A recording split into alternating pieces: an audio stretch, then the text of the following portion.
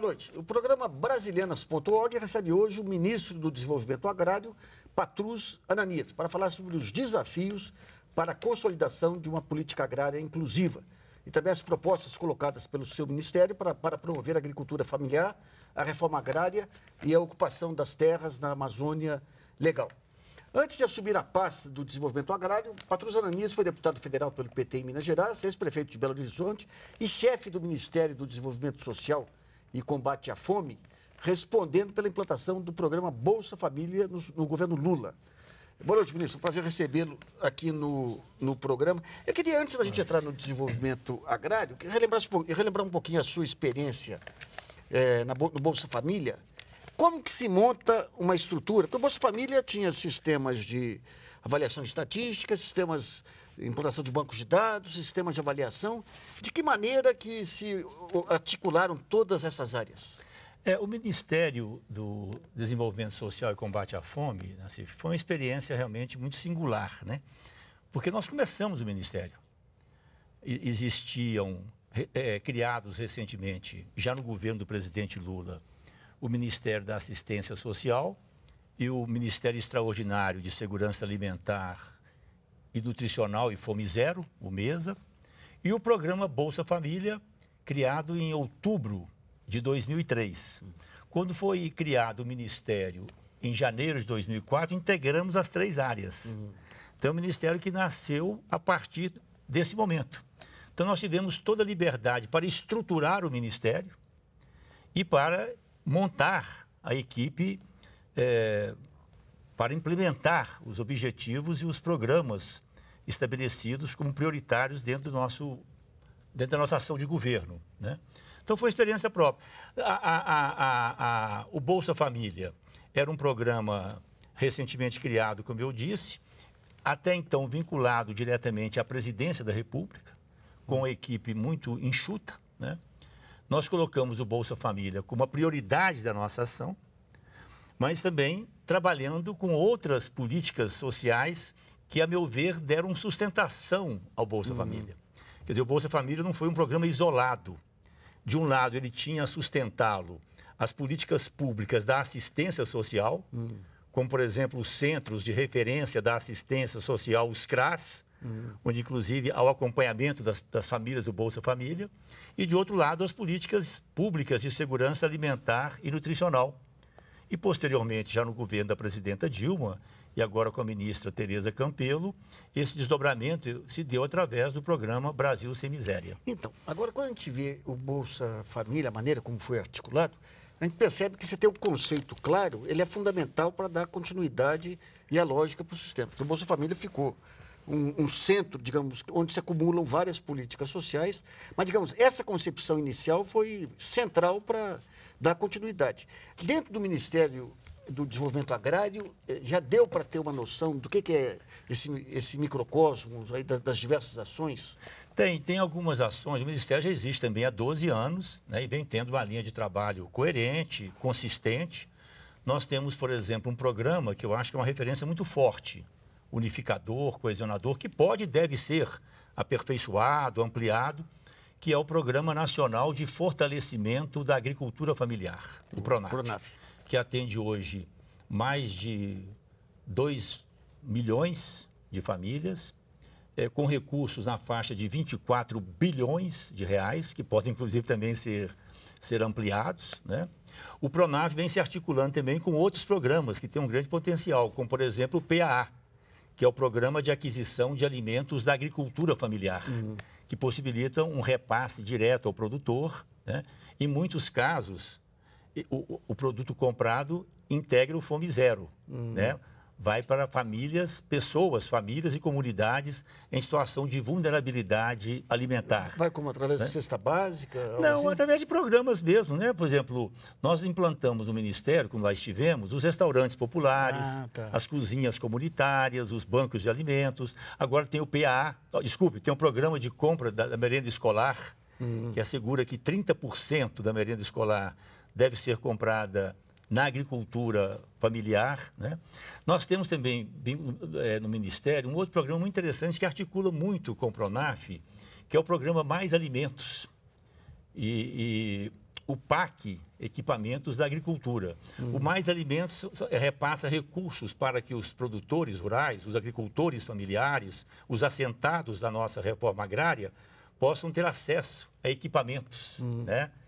E também o PAC Máquinas é um programa de maior investimento, aí com as prefeituras, para que elas façam também as obras necessárias para apoiar a agricultura familiar. Quando a gente pega o Bolsa Família, conseguiu-se, a partir de uma política centralizada, articular todo um trabalho federativo aí. No caso, por exemplo, da merenda escolar, de que forma que se dá essa articulação? Não, se dá exatamente através as escolas, através da prefeitura sempre também. Da prefeitura sempre. No caso, quem faz a compra da agricultura familiar, como regra geral, são as prefeituras. Ah, tá. Você tocou num assunto que eu acho importante, Nassif. Nós, dentro do Ministério do Desenvolvimento Social, quando nós implantamos o Ministério, nós fizemos essa opção de trabalhar dentro do Pacto Federativo. Buscarmos ações integradas com os governos estaduais, com as prefeituras, respeitando as diretrizes da Constituição. Inclusive numa linha republicana, numa linha ética, suprapartidária, colocando o interesse público, o bem comum, acima de eventuais diferenças partidárias, etc. Uma vez, depois das eleições, somos todos servidores públicos, né? Pagos pela comunidade para promovermos o bem comum. No caso do MDA, há uma diferença, porque os recursos, né, chegam diretamente aos agricultores familiares. No Bolsa Família também, isso é um dado importante também. Tem uma pactuação com as prefeituras. Para cadastrar. Para cadastrar, depois a gente... Agora, o recurso é pago diretamente às famílias, não é isso? No caso do Pronaf, é um investimento também, é um empréstimo que é feito diretamente aos agricultores familiares.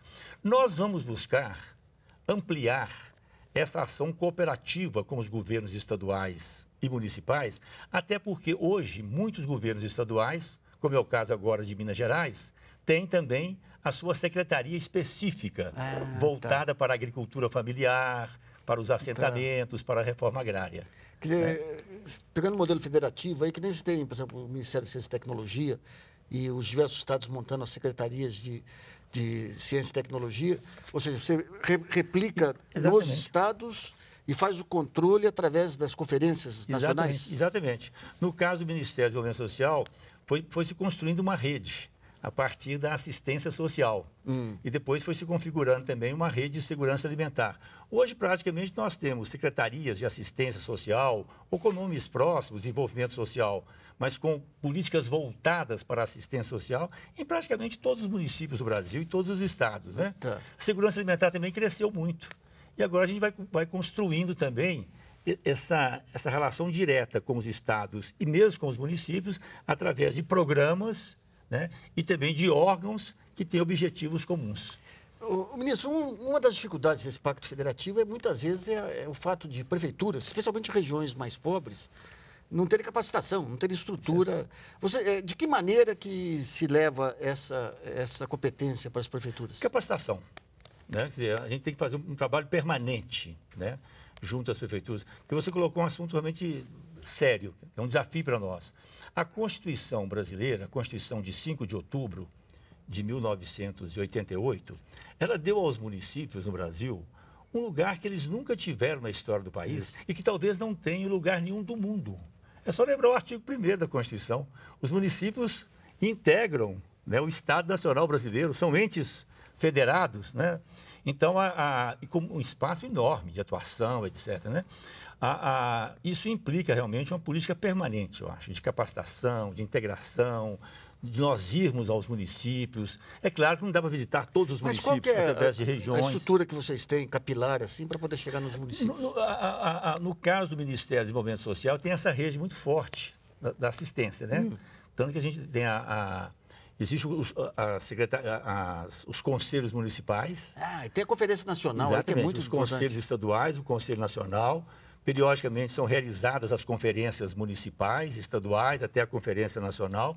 E aí esse é um trabalho que nós pretendemos também ampliar dentro do Ministério do Desenvolvimento Agrário, sabe? Assim, estimulando a criação de secretarias, a realização de conferências no plano municipal, no plano estadual, até chegarmos no plano nacional e também buscarmos, através de termos de cooperação, disponibilizarmos para as prefeituras, inclusive utilizando os instrumentos modernos, as novas tecnologias de informação, as informações necessárias para que eles possam desempenhar bem as suas funções. Tá. Ministro, em relação ao banco de dados aí do Ministério, qual que é a qualidade desse banco de dados?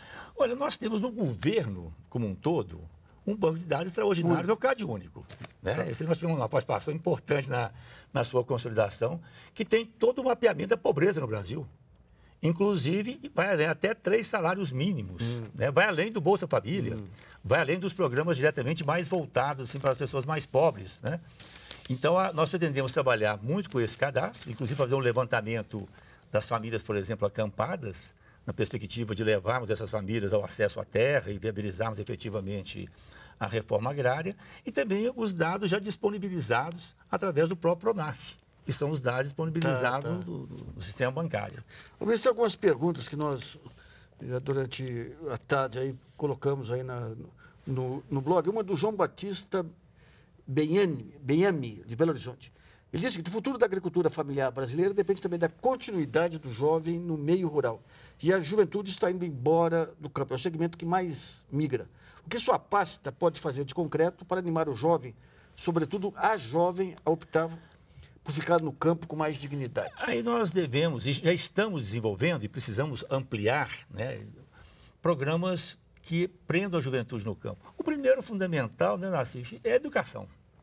Aí nós temos o Pronera, que é uma educação mais voltada, assim, mais para a juventude rural, a juventude agrária, nos assentamentos, trabalhar a possibilidade de expandir esse programa. O Pronatec, também o Pronatec rural, voltado para as necessidades da juventude rural. Temos que levar também programas de cultura, né? Lazer, né? Claro, a juventude quer ter acesso ao esporte, à leitura, ao cinema, ao teatro, né? Então isso é fundamental também, um conjunto de ações. Eu acredito muito, e cada vez mais, nas ações intersetoriais. Sabe assim, quer dizer, as ações têm que ser complementares. Cada setor tem a sua especificidade, mas nenhuma política social por si só promove a mudança que nós queremos. Tem que ser um conjunto de ações. Aí é claro que nós temos que agir de forma integrada com as políticas públicas do desenvolvimento social, os centros de referência da assistência social que eu mencionei, com as políticas públicas de educação, saúde, cultura, esporte. Né? É uma valorização integral da juventude e da família e também das comunidades no meio rural. Esse é um desafio sério que nós temos mesmo. Que é o fato de que a juventude continua vindo, né, para as cidades. O senhor conhece a experiência dos sistemas agroflorestais da Noêmia Crespo, do Rio de Janeiro? Se conhece a existência dos sistemas agroflorestais que permitem a produção de alimentos aliada à preservação ambiental e favorece a recuperação de nascentes e aumenta a pluviosidade.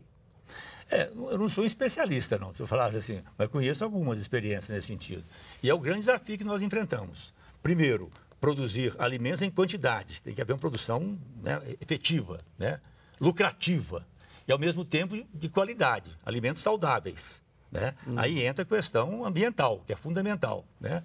A questão da agroecologia. Hoje mesmo eu estava reunido com entidades ligadas à agricultura familiar, aos movimentos pela reforma agrária, discutindo essa questão, a questão da agroecologia. E aí entra outro tema também fundamental para nós hoje, que é a questão da água. Então, nós compatibilizarmos os recursos hídricos, a preservação do meio ambiente e a produção de alimentos em quantidade, mas também em qualidade e alimentos saudáveis é o grande desafio que nós temos e que vamos enfrentar. Bom, vamos para o primeiro intervalo e brasileiras.org. Volta já. Muito obrigado.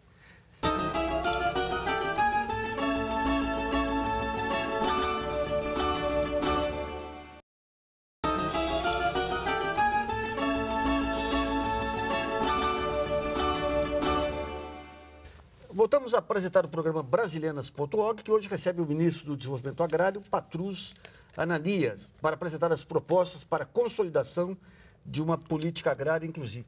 Nesse segundo bloco, vamos falar um pouquinho da agricultura familiar e do extrativismo também, e a questão da Amazônia. Dentro do Ministério, tem algum projeto especial para o extrativismo e para a questão da regularização fundiária da Amazônia? Nós temos uma secretaria voltada exclusivamente para a Amazônia. É bem verdade que é uma secretaria com prazo determinado, vai até 2017. Mas é o chamado Terra Legal, que visa exatamente a ocupação da Amazônia, o apoio à agricultura familiar, vincular também com pequenas, médias propriedades e numa linha de apoio ao extrativismo e de respeito àquela esplêndida, né, conjunção da natureza que é a região da Amazônia. Mas é um desafio nosso lá. É claro que é uma região de muitos desafios, né, Nassif? Assim, pela extensão territorial, a questão da disputa da terra, terras já ocupadas, tem que respeitar também as ocupações indígenas, que merecem todo o respeito, territórios quilombolas. Mas estamos presentes lá e vamos intensificar a nossa ação. Ministro, vamos pegar um tema polêmico aí. A agricultura familiar necessita de produtividade. A produtividade demanda também insumos agrícolas. E há essa ideia de que é possível fazer agricultura familiar só na base da natureza. Como é que o Ministério encara isso? Esse é um desafio, né? Volto ao ponto anterior que nós estávamos conversando. O Brasil teve um desenvolvimento na agricultura extraordinário, na agricultura em geral, né? A partir dos anos 70. A Embrapa, a empresa brasileira de pesquisa agropecuária, cumpriu um papel muito relevante. As universidades agrícolas, né? Eu lembro, por exemplo, na minha infância, falar que o Cerrado de Minas ia produzir milho, feijão, trigo, né? Assim, uma coisa extraordinária, né? Assim, o desenvolvimento da agricultura. Então, eu penso que nós temos condições tecnológicas, através da Embrapa, das nossas universidades, né, federais, e universidades públicas e privadas ligadas à agricultura, órgãos de pesquisa, nós temos todas as condições de avançarmos nesse campo. E temos uma produção expressiva, forte, né, competitiva, né, de mercado, e ao mesmo tempo produzindo alimentos saudáveis, com toda a segurança, porque esse é um desafio que está colocado hoje, seriamente, para a sociedade brasileira e mundial. Nós queremos alimentos que preservem e promovam a vida, alimentos que promovam a saúde, né? E nós sabemos que o excesso de agrotóxicos, por exemplo, traz danos, às vezes, irreparáveis à natureza e à saúde humana. E a ausência de agrotóxicos? Pois é, esse é o desafio, né? Tem que usar na medida correta, é isso? Exato. Eu fico achando que o ideal dos ideais, nem sempre possível, seria eliminá-los, né? E termos uma agricultura efetivamente orgânica. Por isso que eu acho que nós devemos mobilizar todos os recursos, fazermos todas as parcerias, envolvermos todas as frentes de pesquisa, órgãos públicos, privados, universidades, para desenvolvermos tecnologias que possibilitem esse alimento saudável. Mas hoje... Eu diria que quanto menos agrotóxico, melhor, e no limite seria até mesmo ideal nós nos libertarmos dele sem prejuízo da produção. Que é uma realidade que hoje em dia não dá. Não está posta, mas está posta a possibilidade de irmos avançando, né? Gradativamente. Né? O ministro, as estatísticas do Bolsa Família mostravam que uma parcela considerável aí dos beneficiários de Bolsa Família complementavam a renda com a agricultura familiar. Em relação às estatísticas da agricultura familiar, dá para dar um corte? O que é o pessoal que é autossuficiente relativamente? O que é o pessoal que tem excedente para venda? Qual o peso dela na alimentação do país como um todo? Esse é um levantamento que nós estamos fazendo. Temos estudos, temos pesquisas, mas não inteiramente assim, totalmente sistematizados.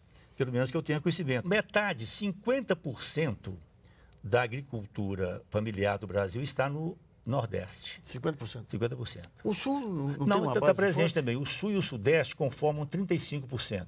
O Sul, 19%. O Rio Grande do Sul tem uma tradição de pequena propriedade. Exatamente. Também, né? As propriedades rurais, a agricultura familiar no Sul, no Sudeste, é, em grande medida, autossustentável, produz alimentos para o comércio, muitas vezes estão vinculadas já à agroindústria, agregam valor à produção. No Nordeste, nós temos uma situação mais desafiadora, especialmente nas regiões do semiárido, sabe? Onde tem os problemas da seca, precisamos também de investimentos tecnológicos para melhorar a qualidade do solo. Então, são situações diferenciadas, né? Se nós considerarmos o Sul, o Sudeste do Brasil, o Nordeste também é diferenciado no que se refere à zona da mata, região litorânea que é fértil e chove com relativa frequência, na região do semiárido. Tempos atrás, quando se lançou o programa do biodiesel, havia um selo social lá para estimular a pequena propriedade também. Que fim que levou? Continua. Esse é um outro programa que nós pretendemos intensificar, inclusive. Está sendo desenvolvido, né? É um programa que tem um forte apelo junto à agricultura familiar. Algumas experiências, infelizmente, não se viabilizaram com a eficácia que nós esperávamos, por exemplo, a mamona. Né? Eu visitei algumas experiências, porque é uma planta muito, né, natural no Brasil, mas onde, na verdade, as experiências mais exitosas ligadas à agricultura estão mesmo vinculadas à soja. Mas nós continuamos e vamos ampliar pesquisas com outras plantas, né? Mas é um programa muito importante, assim, então, ele gera renda. Eu lembro que na época eu conversava com algumas empresas que foram montadas para adquirir empresas esmagadoras, tudo. E uma das dificuldades que eles diziam é o seguinte: quando você pegava Paraná, Santa Catarina, você já tinha uma organização rural suficientemente montada lá para poder negociar contratos. O Nordeste que era muito difícil. Os movimentos populares, eles têm condições de dar essa coluna vertebral? Eu tenho conversado muito, Nassif, desde que assumi o Ministério, também já no meu tempo no Ministério do Desenvolvimento Social e como cidadão também, como militante político, social que eu sempre fui.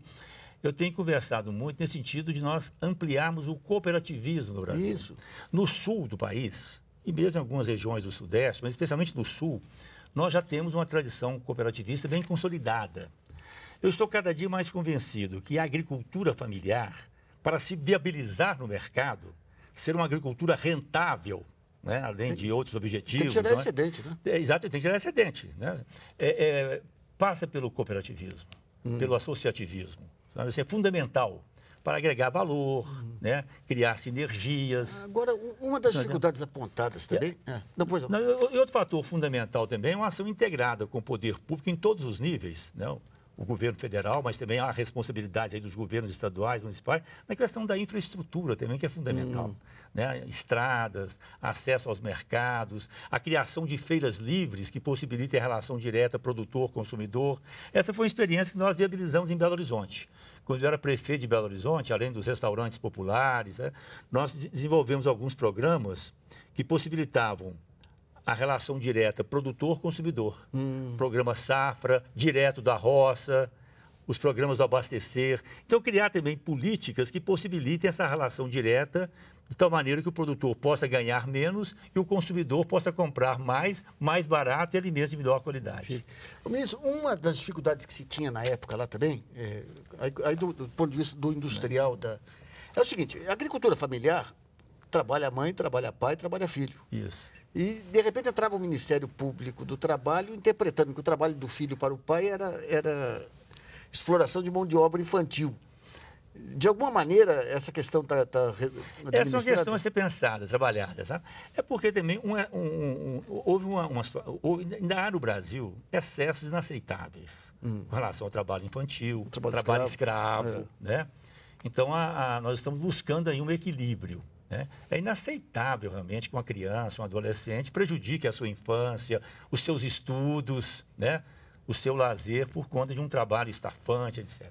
Mas também a participação na vida familiar, isso deve ser considerado. Sim. Eu não me esqueço uma experiência que eu tive no Ministério do Desenvolvimento Social, numa reunião com movimentos ligados à agricultura familiar, quando um trabalhador, né, me perguntou, certamente uma pessoa com militância, uma liderança também de alguma entidade, me perguntou o seguinte: ministro, se um índio levar a criança dele, para ensinar a pescar e ensinar a caçar, é trabalho infantil? Boa questão.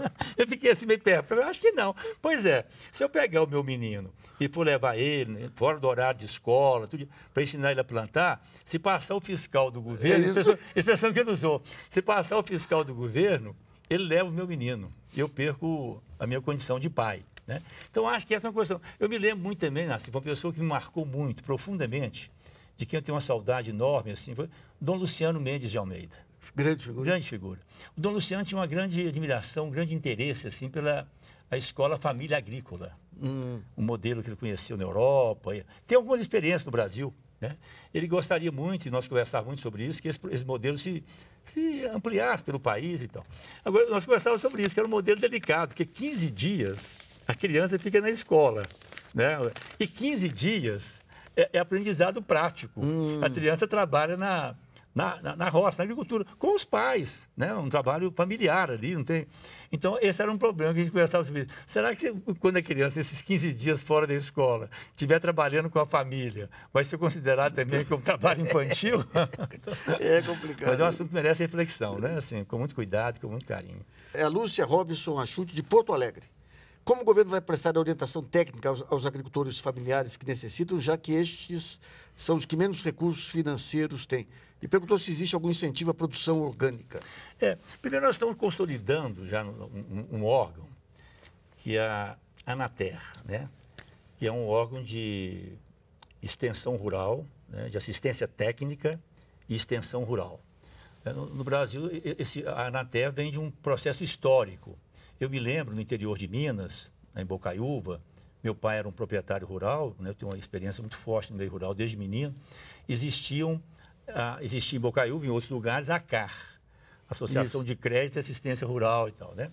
Depois vieram as Emater, né? Cabe o plural aqui ou não? Emater ou Emateres? Se café é café, isso também não daria.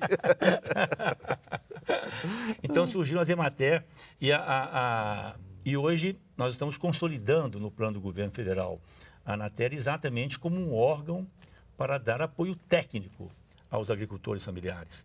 E pretendemos, como eu já disse aqui, buscar uma rede de parcerias através de universidades públicas e particulares, institutos de pesquisas, para que os agricultores familiares sejam beneficiados com essas atividades de extensão. Agora, em Minas, por exemplo, em julho, vai ter na Universidade de Viçosa a Semana do Fazendeiro, que é uma atividade de mais de 80 anos. Tá? Eles estão desenvolvendo programas lá voltados exclusivamente para os moradores de assentamentos e da agricultura familiar. Se for pegar, digamos, se pegar o financiamento da agricultura familiar, o PRONAF, o PRONAF ele já pega um agricultor que já tem um nível para tomar um financiamento e para pagar esse financiamento. O PRONAF ele pega hoje que percentual da... Eu sei que estatística é muita... Mas pega um percentual relevante da agricultura familiar? Nós temos... O PRONAF pega aproximadamente a metade, né? Porque nós temos 2 milhões... Porque você tem que misturar a questão de dar autossuficiência com a questão social ainda, aquele pessoal que não tem condição nem de pegar um PRONAF, né? Nós temos em torno de 4 milhões e 400 mil propriedades familiares no Brasil, de um total, se não me falha a memória, de 5 milhões e 200 mil. Sabe assim, então é mais ou menos a metade. Esse é um desafio que nós temos, que é levar o PRONAF para agricultores. Aí entram problemas, por exemplo, assim, o registro da terra, né? Os documentos de propriedade, sabe assim. Temos também outro desafio que são as populações tradicionais, que a propriedade da terra ela é mais coletiva. A situação, por exemplo, das comunidades negras, dos quilombolas, né? Assim, também nos territórios indígenas, né? As chamadas populações tradicionais, ribeirinhos, lá no meu norte de Minas, os geraizeiros, sabe? Onde a propriedade ela tem um caráter mais coletivo, comunitário. Então, a legislação reconhecer também essas diferentes formas de propriedade, sabe? E é claro que há uma diferença entre uma agricultura familiar autossustentável, que muitas vezes já se desdobra em atividades industriais, com uma agricultura familiar mais de subsistência, como nós temos, sobretudo nas regiões mais empobrecidas, como na região do semiárido. Né? O ministro, tem uma pergunta do Evandro Condé de Lima, que é de Belo Horizonte. É possível um trabalho em harmonia com o Ministério da Agricultura ou vamos ter 4 anos de embates? Não, um trabalho de harmonia. Nós fazemos parte do mesmo governo. Eu acho que as diferenças existem, são normais e saudáveis, né? Mas vamos pegar a reforma agrária. O que é hoje o latifúndio no Brasil? Eu considero como latifúndio toda grande propriedade que não esteja produzindo dentro das suas potencialidades, das suas possibilidades, né? Agora, o que define se uma propriedade é produtiva ou não são os índices de produtividade, que é uma matéria que tem que ser definida pela sociedade brasileira, inclusive pelo Congresso Nacional. Né? Assim, então, é matéria a ser discutida pelo país. Né? A questão de qual que é o conceito efetivo de propriedade improdutiva ou de latifúndio improdutiva, etc. Sabe? Eu prefiro ver o seguinte, eu acho que o Brasil é um país muito grande, com extraordinárias possibilidades e potencialidades.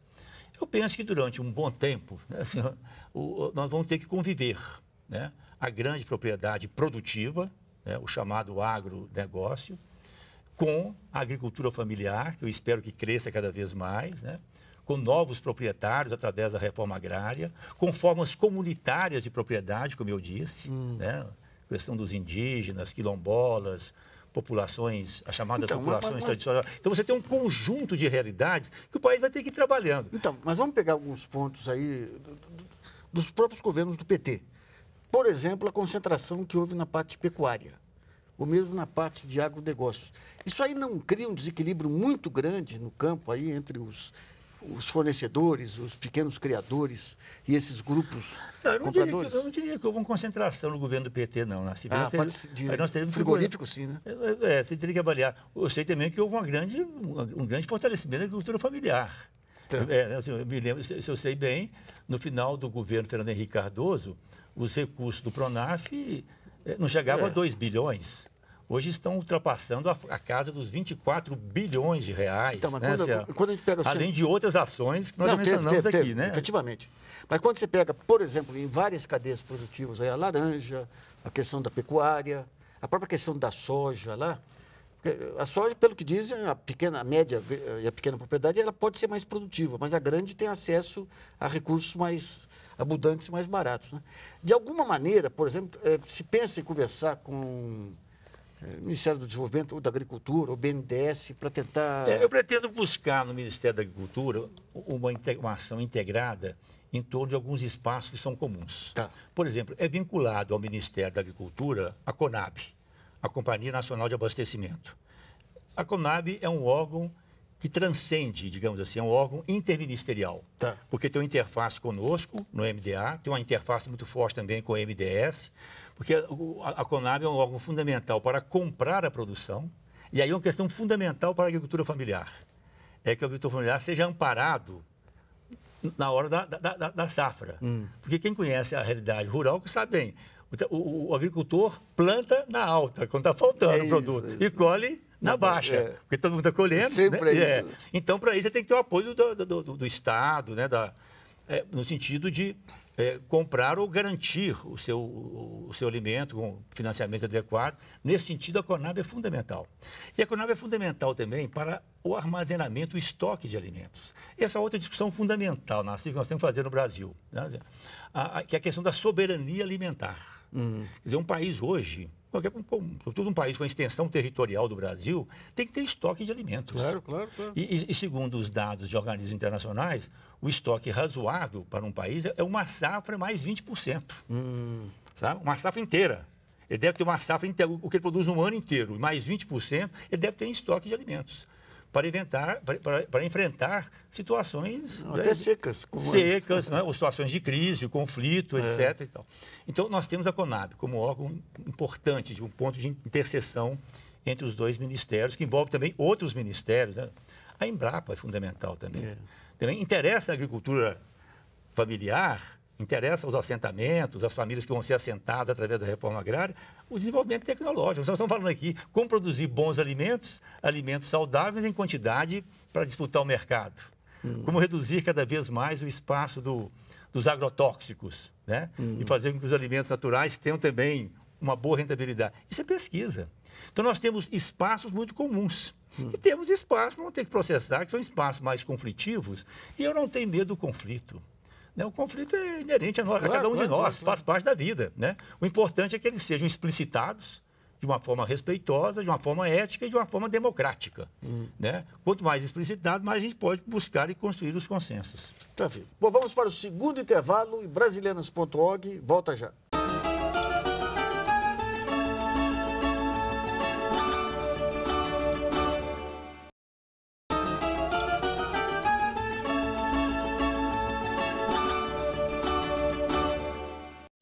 Voltamos a apresentar o programa Brasilianas.org, que recebe hoje o ministro do Desenvolvimento Agrário, Patrus Ananias, para discutir um pouco a consolidação de uma política agrária inclusiva. Ô, ministro, eu queria pegar um pouquinho as suas raízes católicas, militantes lá atrás aí.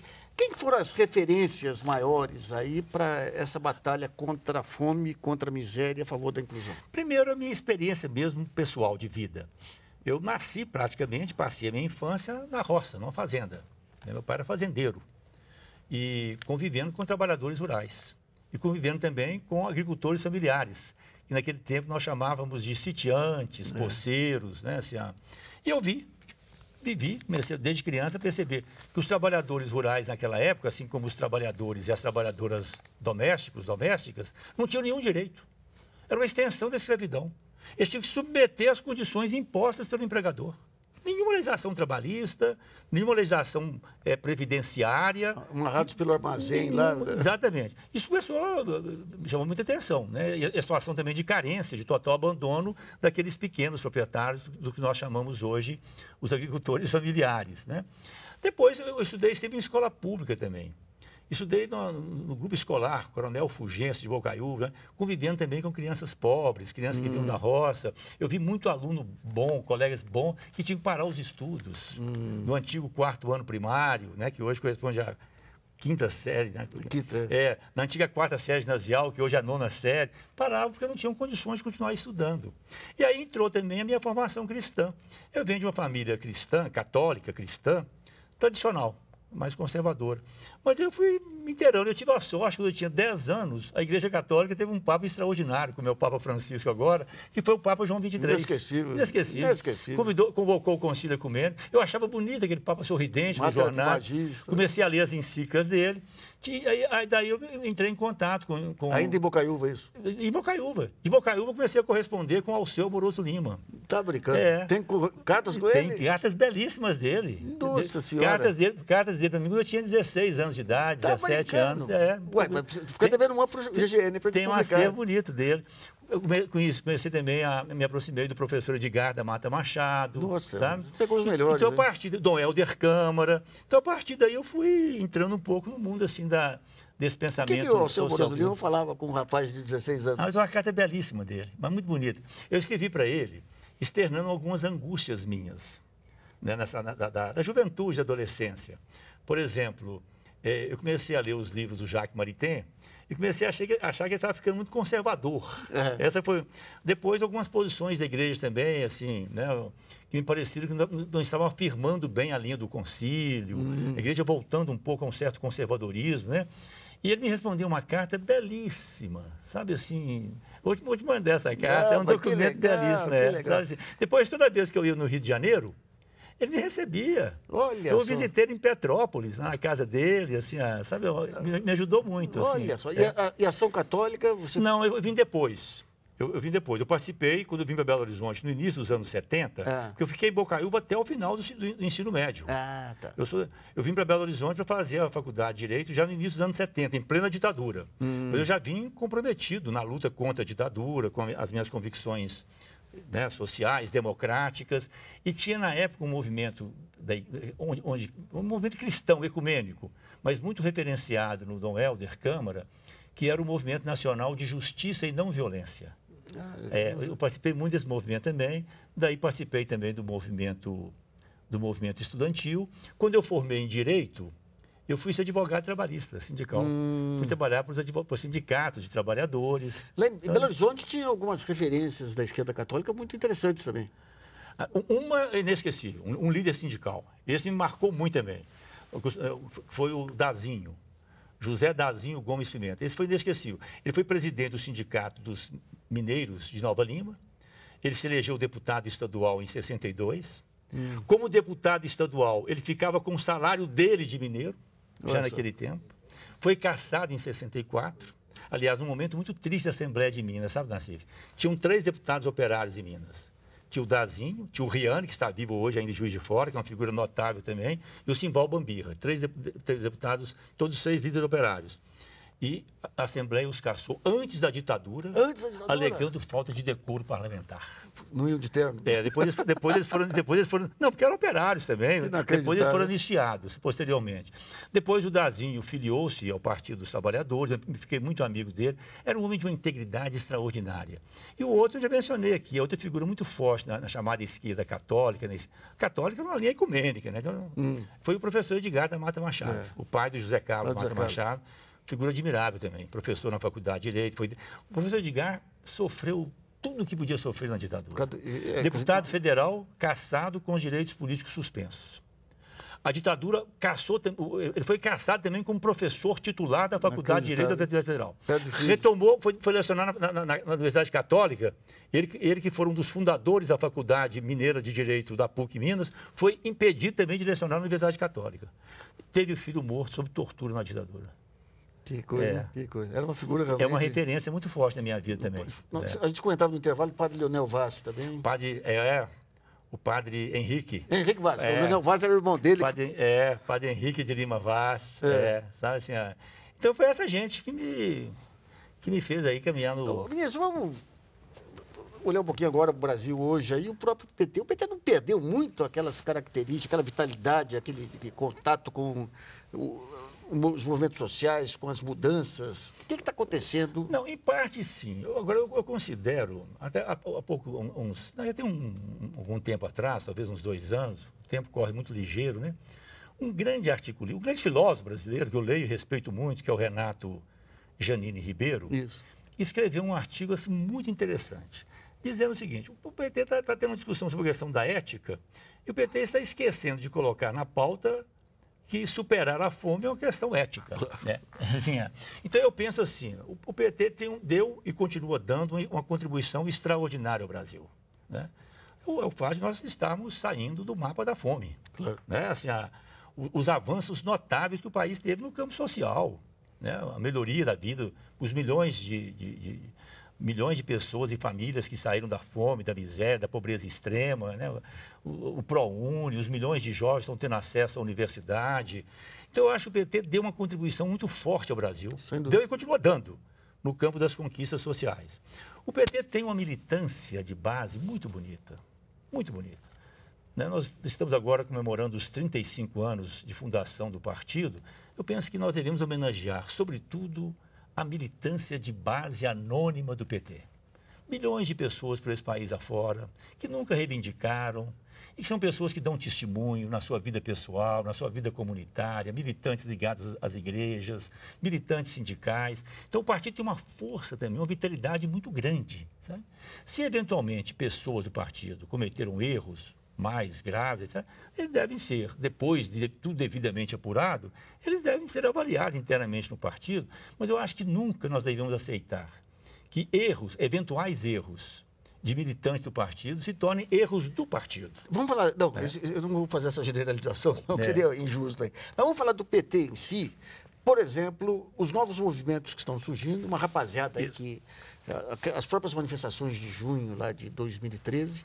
que o senhor foi uma pessoa que teve sensibilidade para entender... Inclusive, você me ajudou muito. Os artigos lá do... Li os artigos atentamente, Então, mas quando a gente olha a burocracia do PT, uma dificuldade muito grande de saber como trabalhar, como incorporar esses novos grupos, essas novas demandas, e essa molecada está solta aí, órfã. Eu busquei um canal com eles, foi muito bom. Na minha campanha para deputado federal, vários movimentos não, porque os movimentos não apoiam, mas muitas lideranças e militantes desses movimentos de juventude, participaram e foi muito bom. Qual a diferença? Porque quando a gente pega lá atrás, quando eu começo com a sua militância, da minha juventude, pega os movimentos sociais ou o movimento estudantil, sempre tinha aquela figura das lideranças providenciais que falavam em nome de todos. Hoje o que a gente vê é uma pulverização, não tem mais intermediário, cada qual fala por si. Eu acho admirável. Mas como que se articula isso? Eu acho admirável. Por exemplo, é um processo, sabe? Voltando um pouco ao PT, é claro que o PT enfrenta um desafio. O PT cresceu, né, Ivan? O PT chegou na Virou presidência poder. da República. Virou poder. O PT governa importantes estados, ganhou Minas Gerais, ganhou, né, prefeituras. Isso tende realmente a burocratizar. Isso, assim, tem que ser um esforço permanente, né, do contato com as bases, né, esses novos movimentos sociais, né, para criar essa dialética, né, entre a tendência ao envelhecimento e a renovação permanente, né, a inquietação. Né, assim, eu nunca vou esquecer assim, a experiência que me marcou profundamente. Eu fui no encontro desses jovens, né, fora dos eixos, a turma do Edo, né, o Levante, eles fizeram um encontro e conversaram comigo. Fizeram uma mesa, assim, um ciclo grande, assim, eu sentei lá, sabe? Como eu estou acostumado, a gente vai nesse lugar, a gente fala primeiro, né, faz uma pequena palestra, depois as pessoas perguntam. Eu cheguei, sentei, e eles começaram a conversar. Aí eu perguntei para um que está do meu lado, assim, mas que hora que eu vou falar? Ele falou, a hora que você levantar a mão... O senso de hierarquia acabou. A hora que você levantar a mão, mas e o tempo? O mesmo tempo que cada um de nós tem. Achei muito bom. Eu tive no encontro da Uni, da Bienal da Uni lá também. Pode ser interessante, porque você tinha os índios falando por eles, os gays falando por eles, os nordestinos falando por eles. Não tem mais aquela representação que era fundamentalmente Rio, São Paulo e Belo Horizonte, né, falando pelo país. Né? Exatamente. Agora, isso cria dificuldades adicionais de agregar em partidos, que é uma estrutura muito mais burocratizada, por definição. Né? Aí tem um desafio também, como construir nesses movimentos determinadas prioridades, né? Como coesionar em torno de determinadas causas. Aí tem o risco realmente de uma dispersão, da fragmentação, né? Assim, porque a minha geração, por exemplo, nós tivemos causas. Né? A luta contra a ditadura, né? A questão da liberdade, da democracia, a questão social, a questão dos pobres, a reforma agrária e tal. A gente tinha causas. Hoje se sente que é uma inquietação muito grande. E alguns temas estão muito presentes. A questão ambiental, por exemplo, é muito forte. Né? E outro. Agora, a questão da cultura, mas como coesionar um pouco para fazer disso um instrumento de disputa política? Agora, como a disputa política também se burocratizou muito, essa outra força agora pode equilibrar, no sentido de nós buscarmos aí um equilíbrio entre a construção de espaços políticos que não se burocratizem tanto, sabe? Assim, também que mantém uma certa agilidade e uma certa capacidade de absorver o novo, né? Porque na política, por exemplo, na Civil, tem que mudar um paradigma. A gente fala assim, poder político. Não é poder, não, é serviço. Nós somos servidores do povo, sabe assim? Então tem que mudar um pouco essa imagem, assim, a política muitas vezes, nós nos colocamos muitas vezes, quem tem cargo público, a gente se coloca às vezes um pouco acima. A gente tem que colocar junto, sabe assim, no sentido de ouvir mais também as pessoas. Nesse sentido, a ideia da política de participação social dos conselhos é fundamental. Né? Aí a democracia participativa, né? Não tem retorno. Quem não entender é atropelado. Agora, não é fácil, não. Nós implantamos em Belo Horizonte. Mas hoje, infelizmente, retrocedeu muito a democracia participativa, o orçamento participativo, porque, na verdade, você muda o paradigma do poder. Teoricamente, todo mundo é a favor do orçamento participativo, do planejamento participativo, de mecanismos da democracia direta, da democracia participativa. Agora, na prática, é complicado, na cabeça de muita gente, porque implica uma nova concepção, porque você muda o paradigma. O paradigma que nós temos ainda hoje é o velho paradigma, é do súdito. É do súdito. Quando muito, você faz para. Né? Quando muito, você faz para e não faz com. Eu estou convencido, Nassif, que a política é fundamental, o poder, né? O serviço, o serviço público é fundamental para viabilizar políticas sociais. Aí tem que fazer mesmo também, tem que ter instrumentos, aí tem que exercer o legítimo poder para viabilizar a reforma agrária, para colocar em prática o princípio da função social da propriedade, para apoiar a agricultura familiar, melhorar a educação, fazer do Brasil efetivamente a pátria educadora, né, como nós queremos e quer a presidenta Dilma. Agora, por outro lado, eu acho que o Estado tem uma outra função também. É possibilitar que as pessoas se tornem melhores. E isso as pessoas só se tornam melhores exercendo a sua cidadania. E aí é tendo voz ativa. Né? E no nosso destino mandar. Na sua opinião, os conselhos, as conferências nacionais, o que tem que ser aprimorado? Eu penso que foi um avanço extraordinário, muito bom, sabe? Assim, eu acho que foi muito legal. A Constituição de 88 abre muitas perspectivas. Eu acho que tem um desafio hoje. O desafio é que todos os conselhos, e a partir dos conselhos, as conferências, elas são setoriais. assistência social, saúde, educação, segurança alimentar, os negros, todas e tem cumprido um papel muito relevante. Agora, eu penso que o grande desafio é o desafio da intersetorialidade. Isso. É como integrarmos as políticas sociais. Inclusive tem algo meio cruel aí, que grupos vulneráveis aqui, eles não tendem a manifestar solidariedade em relação a outros grupos vulneráveis. É como se houvesse uma competição. Todos estão no mesmo barco, mas é como se houvesse uma competição entre eles. O Amartya Sen, que eu acho que é um grande pensador, que eu tenho lido, assim, acho que é uma pessoa instigante, né? Ele diz isso, né? Nenhuma política social, por si só, né, resolve a vida das pessoas, promove a emancipação das pessoas, das famílias, das comunidades. Tem que ser um conjunto de ações. Quer dizer, uma criança na escola não aprende sem ter saúde. Claro. Não tem saúde se não tiver comida, alimentação saudável, claro, né? Se não tiver água potável, se não tiver uma casa, uma moradia, se os vínculos familiares não estiverem bem acertados, né? Então, um depende do outro. Isso, agora, eu só acredito que o segundo governo Dilma vai conseguir reinstituir essa intersetorialidade que é essencial? Eu no despacho que eu tive com a presidenta, eu tratei desse assunto com ela. Inclusive, citei o Amartya Sen, citei também me esqueço o nome dele, eu lembro pelo pai dele, o filho do Olaf Palme, que foi um grande, né, o primeiro-ministro sueco. Ele é um grande especialista em políticas públicas. Quando nós estávamos no Ministério do Desenvolvimento Social, nós fizemos um grande simpósio internacional sobre desenvolvimento social. E esse especialista sueco, né, o Palme, né, veio. E ele falou uma coisa que nos marcou muito. Eu falei isso com a presidenta Dilma, ela acolheu com muita precisão. Assim, ele falou, todos querem as políticas integradas e intersetoriais. Todos. Desde que seja sob a liderança do seu ministério. Bom, o programa Brasilianas.org especial com o ministro do Desenvolvimento Agrário, Patrus Ananias, termina por aqui. Eu agradeço ao ministro e a você que nos acompanhou em mais essa edição. E lembre-se, você pode continuar colaborando e vendo sugestões, textos e vídeos para o portal Brasilianas.org. Esse espaço aqui também é seu. E voltamos na próxima segunda-feira, às 8 horas da noite. Até lá.